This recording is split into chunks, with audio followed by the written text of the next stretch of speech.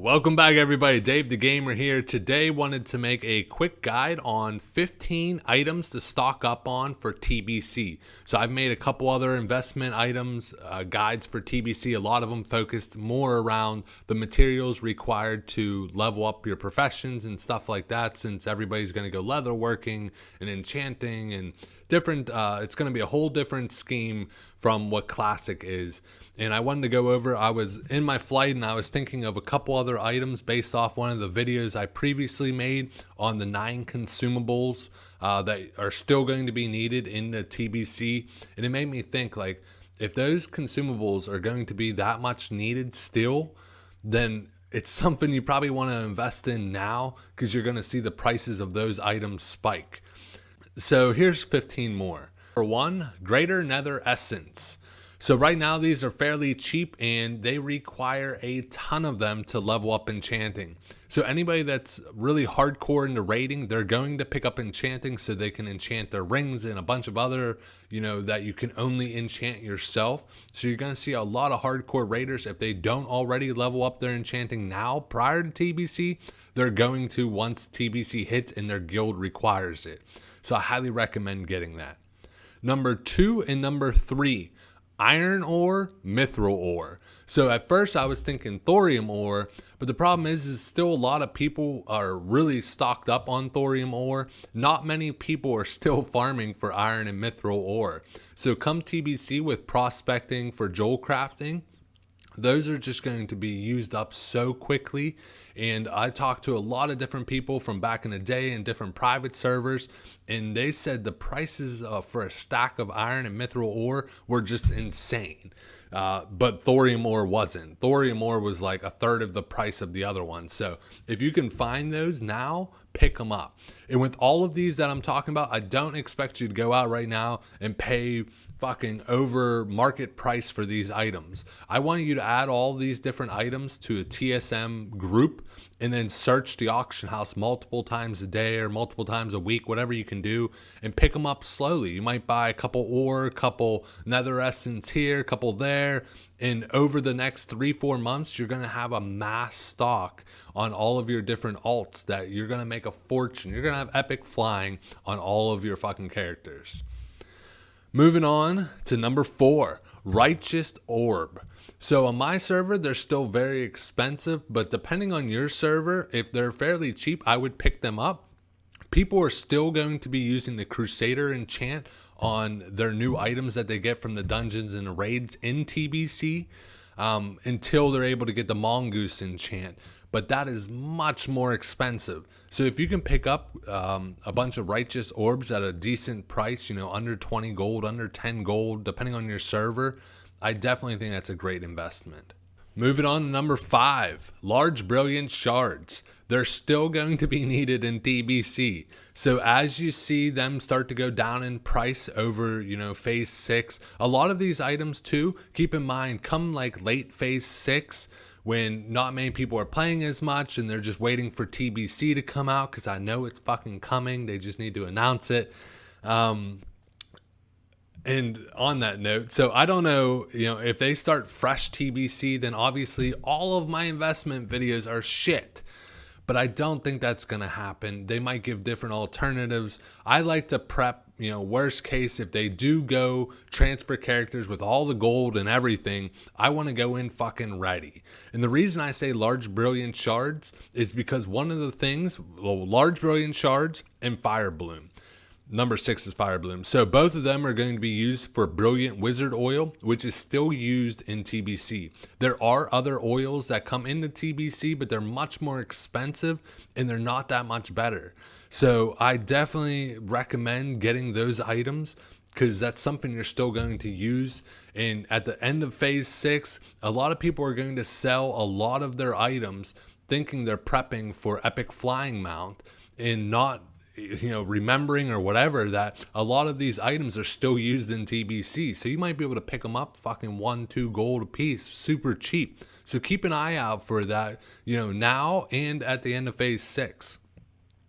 Number 7 and number 8, Blackmouth Oil and Stranglekelp.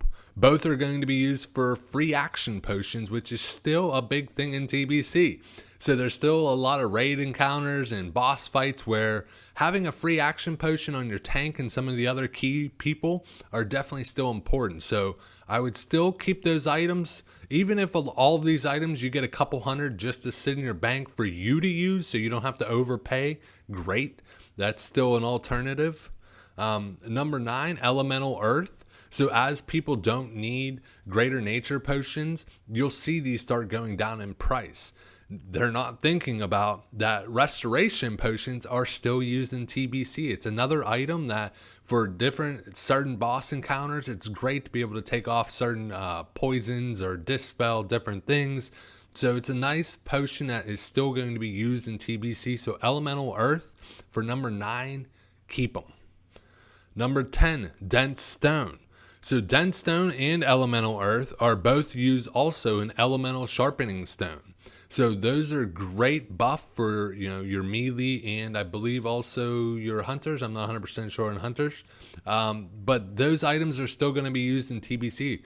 There's not as many consumables in TBC, so the ones that are able to be stacked and used are going to be abused.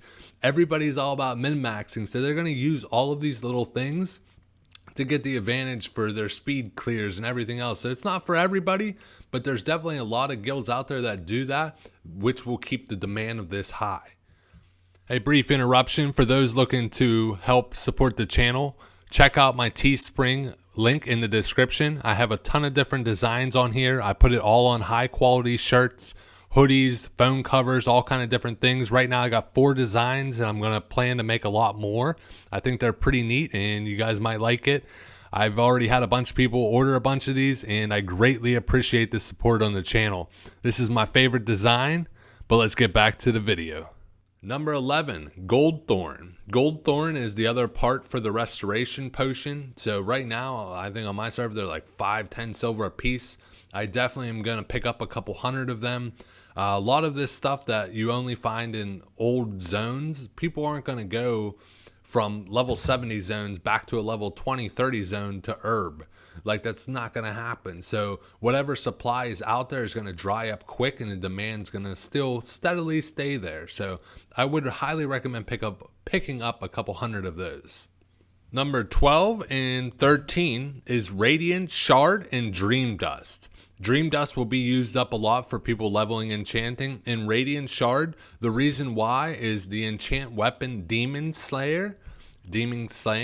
So what it does is it permanently enchants the weapon to have a high chance of stunning and doing heavy damage to demons. So I don't know what all classes will have use for this, but I've talked to a lot of people that said they use this a lot in certain boss encounters and raid fights and farming out in the open world.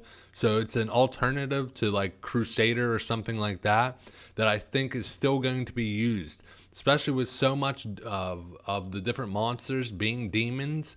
This is going to be an enchant that's used up a lot. So I bought, 10, 20 of the patterns just in case. And I plan to buy a lot of the materials too, just to stock up. I won't go too crazy because I'm not 100% on this. So keep me posted if this is something that you think will also be used in TBC. If so, I'll start buying hundreds more. But I mean, all of my investments, like I said, I spread them thin. I'll buy 50 to 100 each. All it takes is 1 or 2 of them to take off, and shit, I got some good money. Number 15, Ghost Mushroom, Gromsblood, whatever. That's elixir of demon slaying. Now I know for sure the elixir, after talking to a bunch of people on private servers and that used it back in 04 or whatever, they used a lot. Well, not 04 because TBC, 06, whatever, fuck you. So elixir of demon slayer gives a massive buff for attack power. And there's not many potions in TBC. So with a lot of, like I said, just like I said for 12 and 13, a lot of them are demons. So you're going to see a lot of people min-maxing any way they can to get the most damage. And the elixir of Demon Slayer is definitely a potion you're going to be seeing used a lot. So why not buy the materials now? Ghost Mushroom isn't used that much now. Gromsblood still, it's fairly cheap on my server. So I definitely think seeing those will drastically go up in price come TBC. So those are the 15 items that I think that you should invest in now, that I could definitely see, 2, 3, 4 timesing in price come TBC. So even if you're only getting them for yourself, so you have the supplies, or you're investing thousands of gold to be able to buy epic flying on every single character you got, those are the items on top of some of the other items. In the top right corner, I talk about the 26 items that the video I made, the 26 items that are another good investment, and those are based more around the profession materials. So be sure to check out that video, and as always guys, game on.